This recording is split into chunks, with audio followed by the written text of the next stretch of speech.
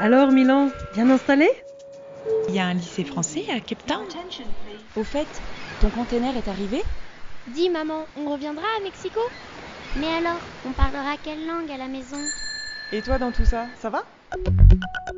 Bienvenue dans L'expatriation au féminin, le podcast qui nous relie à travers le monde, avec le soutien de la Caisse des Français de l'étranger.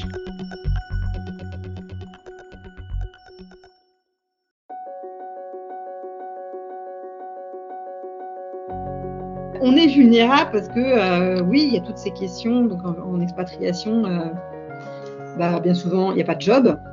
On devient maman, donc c'est où suis-je, où vais-je, en quelle étagère, disproportionnée, parce qu'effectivement, les émotions sont en vrac, il n'y a pas les proches, il n'y a pas la famille, il n'y a pas les amis, il n'y a pas tout ce réseau, il n'y a pas tous ces lieux d'accueil par enfant qui portent, en fait. Il faut tout un village pour faire un enfant et un parent. Et de ce fait, oui, on est vulnérable parce que, et la clé, c'est effectivement l'indépendance financière. Effectivement, c'est la base, c'est le socle. On voit bien que la pyramide de Maslow, c'est t'as ton argent, tu te sens vivant, tu n'as pas besoin de quémander ce sentiment de ah merde, voilà, t'as l'impression d'être une petite fille. Donc voilà.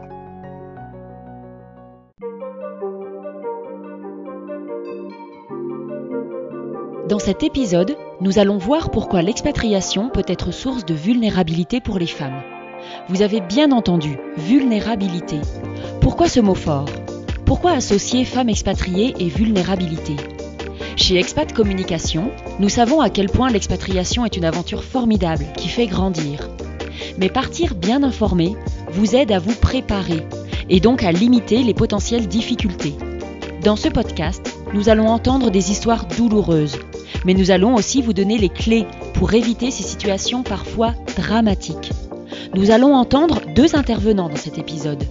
Un coach, mais également une notaire, qui va nous éclairer sur les démarches administratives à faire avant de partir. Nous accueillons tout d'abord Alix Carnot, directrice associée d'Expat Communication, qui a été expatriée à Melbourne, Barcelone, Rome, mais encore en Centrafrique. Bonjour Alix. Bonjour Amélie, bonjour à toutes. Alors on est très content de t'accueillir à nouveau. Et comme tu l'as entendu dans le témoignage, on va parler dans cet épisode de la vulnérabilité. Mais en fait, c'est quoi être vulnérable en expatriation? Il y a une image que j'aime bien, que m'a appris Corinne Tucula, que je crois vous avez reçue à un moment dans le podcast, qui dit l'expatriation, c'est la tortue sans sa carapace. Moi, j'aime bien dire en expatriation, on devient un vertébré, c'est-à-dire que au départ, on est comme la tortue, on est comme le homard, on a toute notre protection qui est à l'extérieur de nous. C'est notre famille, c'est l'habitude, c'est la routine, c'est les amis, enfin tout ce qu'on entend dans le témoignage là, toute cette coque qui me protège du sentiment de vide, du sentiment de remise en cause, parce que c'est comme d'habitude. Et la principale vulnérabilité, c'est de perdre cette carapace. Et là, on est tous très différents. Il y en a qui sont déjà des vertébrés, c'est-à-dire ils ont ce squelette à l'intérieur qui fait que quand on enlève la routine, ils continuent à marcher. Mais il y en a, imaginez qu'on n'ait pas d'os à l'intérieur de nous, on est un ectoplasme, plouf, on s'effondre. Et il y en a qui sont on est tous vulnérables parce qu'on a tous besoin de notre carapace, mais il y en a pour qui c'est vraiment plus difficile que pour d'autres parce que leur squelette n'est pas très abouti pour plein de raisons. Et donc, ils s'affaissent. Et ça peut être assez vertigineux, ce moment de perte d'identité, de remise en cause. Et selon là où on est, ça peut donner ces gens qui partent complètement en cacahuète, qui se perdent même en expatriation. Ça, je pense que c'est quand même la première vulnérabilité. Après, on voit dans le témoignage, il y a la vulnérabilité liée à économique. On se retrouve, par exemple, on travaillait avant en France, on arrive dans un pays, il y a la perte de l'activité professionnelle. C'est quelque chose, je pense, qu'il ne faut pas sous-estimer. Il y a ce sujet qui est peut-être pas le plus courant, mais qui est très important pour nous, chez Femmes Expat, qui est celui de la vulnérabilité économique au sein du couple. Parce que elle nous choque chez Femmes Expat parce que peut-être on est très proche de ça, et puis parce qu'elle est hyper injuste. Il y a vraiment un grand sentiment d'injustice quand on voit un couple où les deux partent, ou souvent avant de partir, c'était un peu des jumeaux professionnels. Parfois même le conjoint gagnait plus avant de partir, et puis là, le fameux truc, on a vol d'avion, on devient conjoint. Et si ça n'a pas été bien préparé, si l'équilibre au sein du couple n'est pas sain, on peut voir arriver des enjeux financiers qui sont moches, un peu comme ce qu'on entendait dans ce témoignage, où j'ai l'impression de quémander mon argent. Souvent, j'ai l'impression d'être redevenue étudiante et de revivre ce que je vivais avec mes parents, de négocier ma mensualité chaque mois, de me sentir coupable parce que j'ai dépensé trop d'argent. Alors, on ne sait jamais ce qui se passe. On a aussi certainement qui dépensent de l'argent de façon pathologique, et ça existe en expat. On en a vu aussi des gens qui se réfugient dans le shopping et compagnie. Mais la plupart du temps, c'est plutôt un truc hyper malsain d'emprise par le pouvoir financier. Et ça, c'est vraiment pas juste, parce que à partir du moment où la décision de partir a été prise pour les deux et où il n'y en a qu'un seul qui a la possibilité de bosser, c'est juste une évidence que ce qui est à toi est à moi. Enfin, après, chaque couple s'organise comme il veut. Est-ce qu'on va mettre tout en commun et ça fait un truc qui est à nous deux et on ne se demande pas l'autorisation avant de piocher dedans? Est-ce que le conjoint, pour se sentir en sécurité, a besoin d'avoir un compte à lui dont il fait ce qu'il veut et que l'autre n'ait pas le droit de regard dessus? Là vraiment, chacun s'organise. En tout cas, ce qui est sûr, c'est qu'il faut qu'il y ait une autonomie financière du conjoint, même s'il ne gagne pas d'argent. Sinon, je le redis, ça n'est pas juste. Alors justement, quels sont les conseils pratiques que tu donnes aux femmes qui partent en expatriation? Alors, si on part seul, la première chose, c'est de bien assurer ses arrières. Il y a des pays qui ne sont pas tendres avec ceux qui ont des problèmes de carrière. Je pense à Dubaï, par exemple. Si vous perdez votre job, vous avez quelques semaines pour quitter le pays. Et à la rigueur, c'est presque ce qu'il y a de mieux, parce que là, on est obligé de réagir et on le sait d'avance. Dans d'autres pays qui sont moins exigeants, néanmoins, il faut que notre exigence soit la même. Je ne peux pas être dépendant, je ne peux pas être trop fragile, parce que être seul dans beaucoup de pays sans arrière, les conséquences peuvent être vraiment dramatiques. Voilà. En France, on a quand même beaucoup de filets. Aux États-Unis, il n'y en a pas, et on peut se retrouver à vivre dans une caravane ou dans sa voiture beaucoup plus facilement qu'en France, en tout cas. Donc, on assure ses arrières quand on part seul. 2, quand on part en couple, on ne part pas si le couple va mal. Si on sent qu'il y a des grandes tensions, si on n'est pas sûr de son conjoint, il vaut mieux refuser une expatriation. L'expat, ça permet quasiment jamais de recoller les morceaux. C'est un peu, tu sais, quand on dit on s'est remis ensemble, ça va mieux, on va faire un bébé pour fêter ça et pour quelque part consolider le couple. Parfois ça marche, il n'y a jamais évidemment de règle absolue, mais la plupart du temps c'est une mise en danger. L'expatriation, c'est pareil. On a eu un moment difficile, c'est pas le moment de partir pour fêter les retrouvailles. On est sûr que la relation est saine et solide, parce que sinon on se met vraiment en danger. Et puis aussi, on balise les choses sur le plan financier. On balise les choses, c'est-à-dire on pense à court terme à sa protection sociale, ça c'est qu'on soit seul ou qu'on soit en couple, mais ça c'est pareil pour tous les expats, qu'on soit homme ou femme. Et ensuite, on pense à sa retraite. Il y a la CFE, cette super possibilité de cotiser juste pour maintenir ses trimestres de retraite, même quand on ne travaille pas.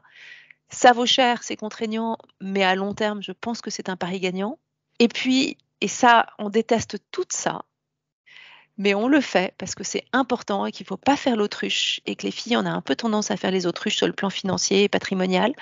On passe voir son notaire ou on passe voir un conseiller spécialisé qui comprend cette problématique des conjoints expatriés. Parce que sinon, le risque, c'est que si ça se passe mal, on peut se retrouver avec un régime matrimonial qui est celui du pays où on habite sans même le savoir. On peut se retrouver sans patrimoine en se disant ce qui est à toi est à moi, mais en cas de divorce, en fait, on peut se retrouver littéralement à poil. Et c'est pas juste, une fois de plus, pardon d'être d'être un peu zéro, mais j'ai vu trop de cas de gens qui s'attendaient pas du tout à la vulnérabilité dans laquelle ils se sont retrouvés. Et puis on se méfie aussi, quand on est loin, je pense on est plus vulnérable, ça veut dire qu'on accepte des choses qu'on n'accepterait pas forcément dans son environnement normal, quand on a ses copines tous les jours au téléphone qui nous remontent le moral et qui nous remontent notre ego. Là, on peut petit à petit, sans s'en rendre compte, en venir à accepter des choses qui nous dégradent, de violences physiques ou psychologiques. C'est pas parce qu'on est expat que tout à coup on est quelqu'un de moins bien et qu'on doit accepter de se faire remettre en cause tout le temps. Donc si dans votre couple ça se passe comme ça, c'est toujours hyper dur. C'est tellement facile de dire réagissez alors qu'on est un peu anesthésié dans ces situations-là. Peut-être qu'en prévention, le conseil absolu, c'est celui qu'on donne tout le temps. C'est ne restez pas seul. Faites tout ce que vous pouvez pour il suffit d'avoir 2 bonnes copines en expat, on n'en a pas besoin de 50. Mais si on n'a pas 2 bonnes copines, je pense qu'on est en danger. Tu parlais des violences conjugales. On peut peut-être rappeler le dispositif Save You et son application The Sorority. Indispensable à connaître pour vous ou pour d'autres. C'est peut-être pour votre voisine de palier ou pour la copine de parc. Mais Save You, c'est une plateforme qui est mise à la disposition de toutes les femmes en situation qui subissent des violences. Et c'est bien fait. Il ne faut pas hésiter à les contacter. Il n'y a aucune honte à se dire que dans ces moments-là, on peut basculer, on peut avoir un super job, on peut avoir une super maison, on peut avoir plein de choses qui vont très très bien et avoir besoin d'aide. C'est pas du tout corrélé. Alors, je te propose justement d'écouter maintenant le deuxième témoignage d'Isabelle Tinet, qui a créé un groupe pour aider les femmes qui se séparent en expatriation.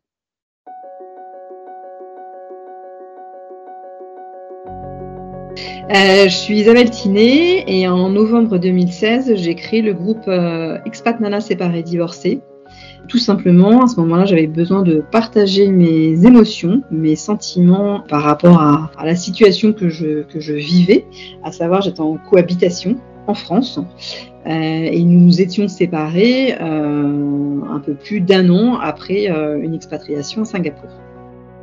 Et le groupe est réservé aux femmes françaises en expatriation qui ont pris la décision de se séparer. Mon groupe a montré, et il y a tout un cas de situations, des femmes elles ont un travail, elles ont une bonne situation professionnelle, elles ont un logement, le mari paye une pension alimentaire. Mais les émotions, quand tu es en situation de séparation, on est tout égaux par rapport à ça. C'est pas parce que tu as un bac plus 10, c'est pas parce que tu as 3 enfants ou un seul enfant ou aucun enfant qu'une séparation, ça peut pas te dévaster.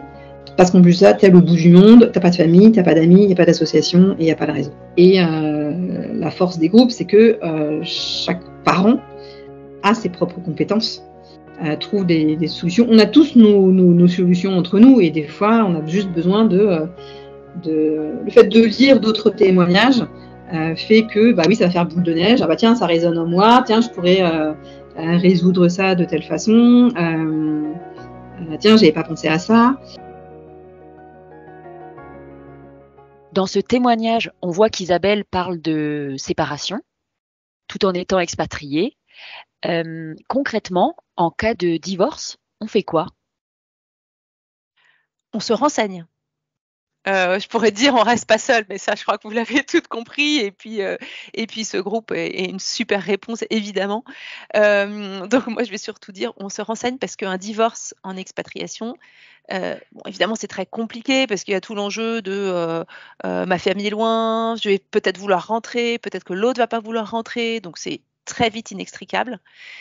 Et sur le plan juridique, il y a probablement plusieurs systèmes juridiques qui vont devoir cohabiter et c'est terriblement technique.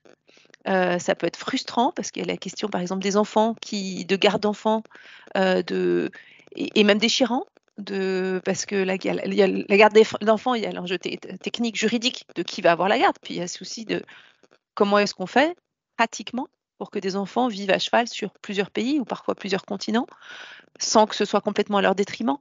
Donc on voit qu'on rentre dans des choses qui, par nature, sont hyper complexes, en plus de tout l'aspect émotionnel, financier, qui rend fragile déjà. Donc il faut des bons conseils. Et ça, je suis sûre que dans le groupe des expats nanas divorcées, remariées, il y en a. Sur le site Femmes Expat aussi, on en a. Et la notaire qui va intervenir tout à l'heure peut être aussi une ressource précieuse.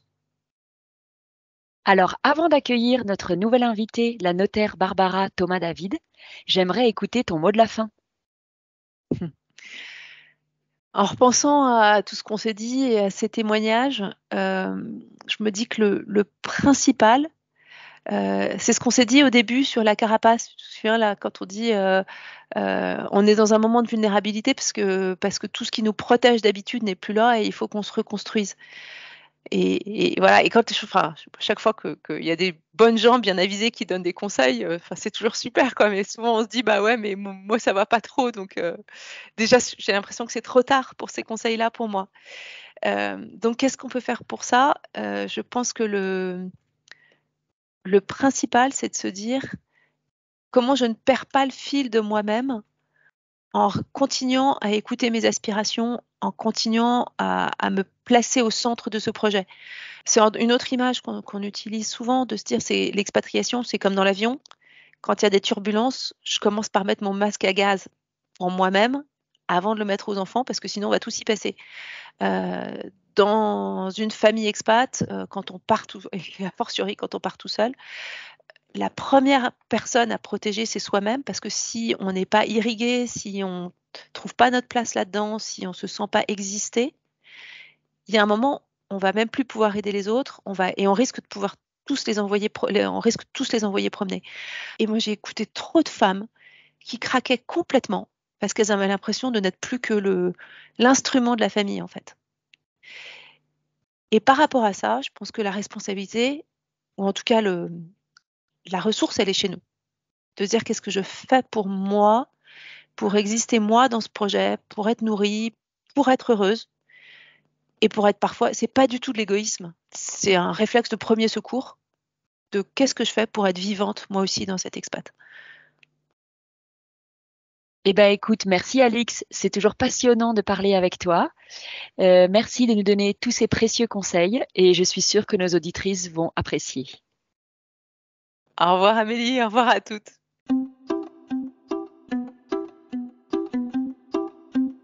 Et comme je vous l'avais annoncé au début de ce podcast, nous accueillons maintenant Barbara Thomas-David, notaire associée à Paris, présidente fondatrice de Notaire au féminin, qui est une association qui œuvre pour l'indépendance économique des femmes grâce au réflexe notaire. Bonjour Barbara. Bonjour. Alors, avant qu'on commence notre interview, j'aimerais qu'on écoute le témoignage de Béatrice, qui est passée par des moments difficiles, notamment une séparation après un retour d'expatriation, et je lui ai demandé quelle lecture elle faisait de son parcours aujourd'hui.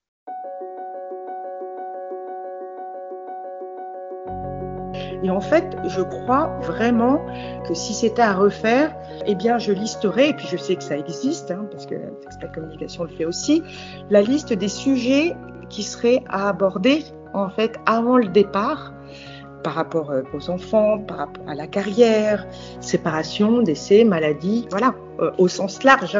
C'est tous ces sujets dont on n'aime pas parler parce que on ne veut pas être pessimiste, alors qu'on est sur un très beau projet de couple ou de famille, sauf qu'ils prennent une importance encore plus importante lorsque l'on est à l'international. Juste, en fait, ça permet d'enlever un stress et au moins d'avoir anticipé, s'il se passe ça, voilà quelles sont les ficelles. Alors, j'imagine que dans votre étude, vous rencontrez des femmes en difficulté. Et pour prévenir ces situations, j'aimerais qu'on discute ensemble et que vous me disiez quel est le premier conseil que vous donneriez à ces femmes qui partent en expatriation. Avec plaisir, Amélie.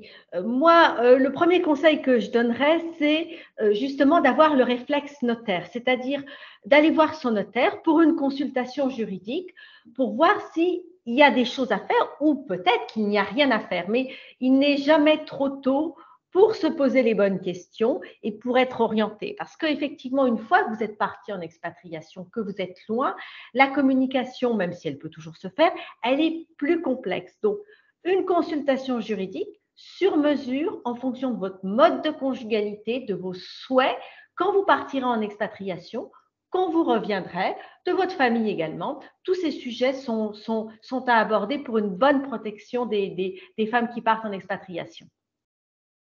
Et alors justement, le mode de conjugalité, j'imagine que ça a un impact énorme quand on décide de partir à l'étranger comme ça. Tout à fait, parce que quand vous restez en France, vous avez, je dirais, des petites alertes qui arrivent de temps en temps. Une amie qui vous raconte une histoire ou qui est allée voir un notaire ou un avocat et qui vous font finalement réfléchir à peut-être aborder à votre conjoint un nouveau mode de conjugalité. Une fois que vous êtes parti en expatriation, je dirais que vous êtes dans une autre bulle, souvent dans un autre hémisphère aussi, et que finalement, le lien avec ces réflexes t'amenuise. Donc, c'est pour ça qu'effectivement, il faut se poser les bonnes questions en amont. Et une chose est sûre, c'est que plus vous avez un mode de conjugalité qui est prégnant, c'est-à-dire par exemple le mariage, plus vous allez être protégé. Mariage très protégé, concubinage un peu moins, et Pax entre les deux, c'est-à-dire que lorsque vous êtes paxé, vous êtes dans une situation plus favorable que si vous étiez de simples concubins, mais moins favorable que le mariage qui est quand même le moyen de vous protéger au maximum. Et alors, si on va prendre le cas du mariage, oui. Donc il y a différentes sortes de contrats, etc. Est-ce que ce contrat à l'étranger prévaut, est toujours valide? Comment ça se passe? Alors, il faut savoir que le droit français a horreur du vide. Donc, si vous ne faites rien, vous êtes automatiquement marié sous le régime de la communauté de biens, qui est un régime qui est relativement protecteur puisque tout ce que vous allez acheter pendant votre vie de couple et notamment pendant votre période d'expatriation va être commun. Si vous ne faites rien, vous êtes sous ce régime, mais attention parce que si vous partez en expatriation, il y a des pays qui, au bout d'un moment, ne reconnaissent pas ce régime de la communauté de biens réduite aux acquêts. Donc, même si le régime légal vous convient et que vous vous dites c'est pas la peine de passer par la case contrat de mariage et notaire, eh bien si, parce que dans ce contrat de mariage, on va dire également, oui, je veux être en communauté de biens, c'est le régime légal, mais oui, je veux que ce régime, quoi qu'il arrive, quelles que soient mes expatriations multiples et variées qui pourront être les miennes, et on peut rester expatrié 20 ans des fois, je veux avoir ce critère de rattachement à la France et au régime légal français, puisqu'il y a des cas de mutabilité automatique, c'est-à-dire qu'au bout de 10 ans, sans que vous n'ayez rien demandé à personne, vous changez automatiquement de régime parce que vous êtes resté très longtemps dans un pays. Ou il y a des pays où, évidemment, on ne reconnaît pas le régime matrimonial français, et si vous divorcez à l'étranger, ça peut devenir compliqué. Donc, vraiment, fixer les règles de son contrat de mariage dans le contrat de mariage en disant que le critère de rattachement, c'est la France et que vous voulez que votre régime matrimonial soit liquidé selon les règles françaises. Et pour le patrimoine qu'on pourrait avoir en France, qu'on laisse quand on part en expatriation, vous conseillez quoi? Je dirais qu'à tous les moments clés de la vie, il faut se poser les questions juridiques. Il y a le sujet patrimonial, c'est à moi, c'est à toi, c'est à nous. Et puis il y a le sujet, qu'est-ce qu'on en fait? Est-ce qu'on le loue?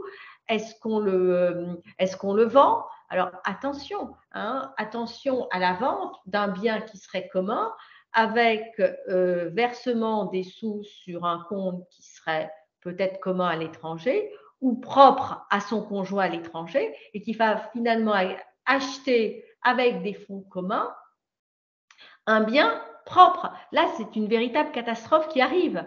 Vous avez un bien acheté en indivision, marié ou pas marié, vous allez dans un pays tiers, vous mettez, parce que monsieur vient d'arriver et que il a ouvert un compte pour le versement de ses salaires, pour la facilité des choses, vous mettez les fonds sur son compte propre, vous achetez un bien et pour une raison X ou Y, madame n'est pas là parce qu'elle est encore un peu en France, ou etc. Et vous vous retrouvez avec un bien propre, à monsieur. Alors attention, en droit français, on arrive dans des cas, dans des hypothèses comme celle-ci, à reconstituer les choses. Mais dès que vous passez la barrière de la France, vous êtes sous une législation qui est différente. Eh bien, dans certaines législations, ça sera à madame de rapporter la preuve que le compte finalement est commun et que cette maison a été achetée avec des biens communs.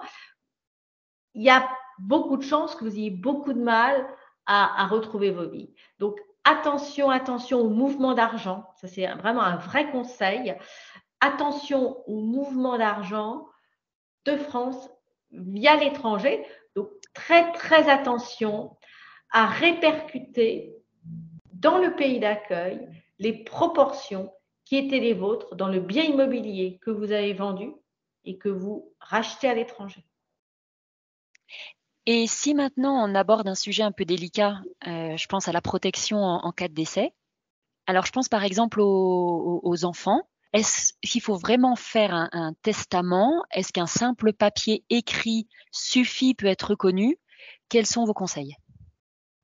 Alors, un testament, pour être valable, il doit avoir une condition de forme bien particulière. Il doit être écrit en entier de la main du testateur, daté et signé.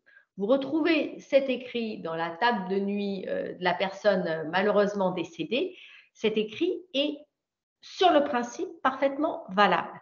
Maintenant, première chose, cet écrit, il peut être égaré, il peut être perdu ou il peut passer dans des mains qui considèrent que ce testament n'est pas bon et qui peuvent le faire disparaître. Première chose. Deuxième chose, est-ce que c'est bien la bonne personne qui a écrit le testament?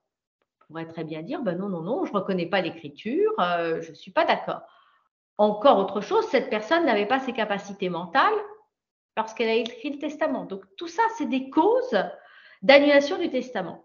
Et je vais rajouter à ça l'interprétation du testament, parce que tout le monde n'est pas juriste et vous pouvez respecter les conditions de forme du testament et faire un testament qui est inexécutable ou incompréhensible parce que juridiquement pas clair ou pas compatible avec le droit français.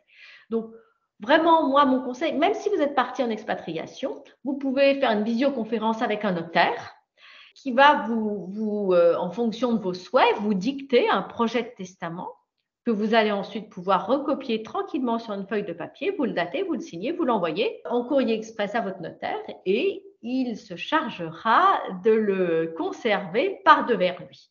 Donc, en plus de ça, c'est pas très onéreux et c'est vraiment un gage de sécurité. Ce testament, il faut généralement, pour les couples, on conseille les testaments croisés, parce que malheureusement, on ne connaît pas l'ordre des décès. Donc, on fait un testament croisé dans lequel chacun des testateurs, des conjoints, lègue. Après, chaque cas est unique, une quote-part à son conjoint, par exemple l'usufruit des biens, la jouissance des biens, et puis la nue propriété à ses enfants. Il faut faire très attention parce que chaque testament, encore une fois, est unique. Vous avez des fois des familles recomposées, mais vraiment, là aussi, avant de partir ou même, il n'est jamais trop tard pour bien faire. Consultez un notaire qui vous conseillera pour justement que vous ne vous trouviez pas sans protection. Je vous donne un exemple pratique. Quand je vous parlais tout à l'heure des concubins qui sont extrêmement peu protégés. Il faut bien comprendre qu'en droit français, le concubin, c'est un étranger. Vous partez avec votre concubin à l'étranger, vos 4 enfants, vous êtes ensemble depuis 20 ans, vous décédez, vous n'avez droit à rien. Donc, si vous voulez, vous ajoutez ça le caractère d'extranéité de votre situation et vous vous retrouvez avec vos enfants à l'étranger, sans possibilité aucune de pouvoir récupérer le patrimoine de votre conjoint.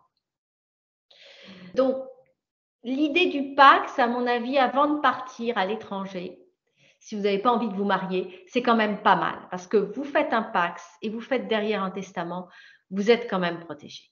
Et c'est assez rapide de faire un Pacs. En plus de ça, si on en a marre, on peut se dépaxer relativement facilement, mais au moins, on n'a pas le « ah, si j'avais su ». Vraiment, quand on part à l'étranger pour se protéger en cas de décès, faites un Pacs. C'est vraiment le conseil que je donne à nos auditrices, aux femmes qui nous écoutent. Eh bien, un énorme merci. Merci beaucoup, Barbara. Ce sont vraiment de précieux conseils. Et donc, je rappelle que vous êtes notaire associée à Paris et présidente fondatrice de Notaire au féminin. Je sais que c'est une cause qui vous tient à cœur. Donc, merci d'avoir participé dans ce podcast et nos auditrices seront ravies de vous écouter. Avec plaisir de m'avoir invitée, Amélie. À bientôt. Au revoir. Dans le prochain épisode, nous parlerons des relations en expatriation. Alors, je vous dis à bientôt. Ce podcast est produit par Expat Communication, l'éditeur de femmexpat.com, avec le soutien de la Caisse des Français de l'étranger.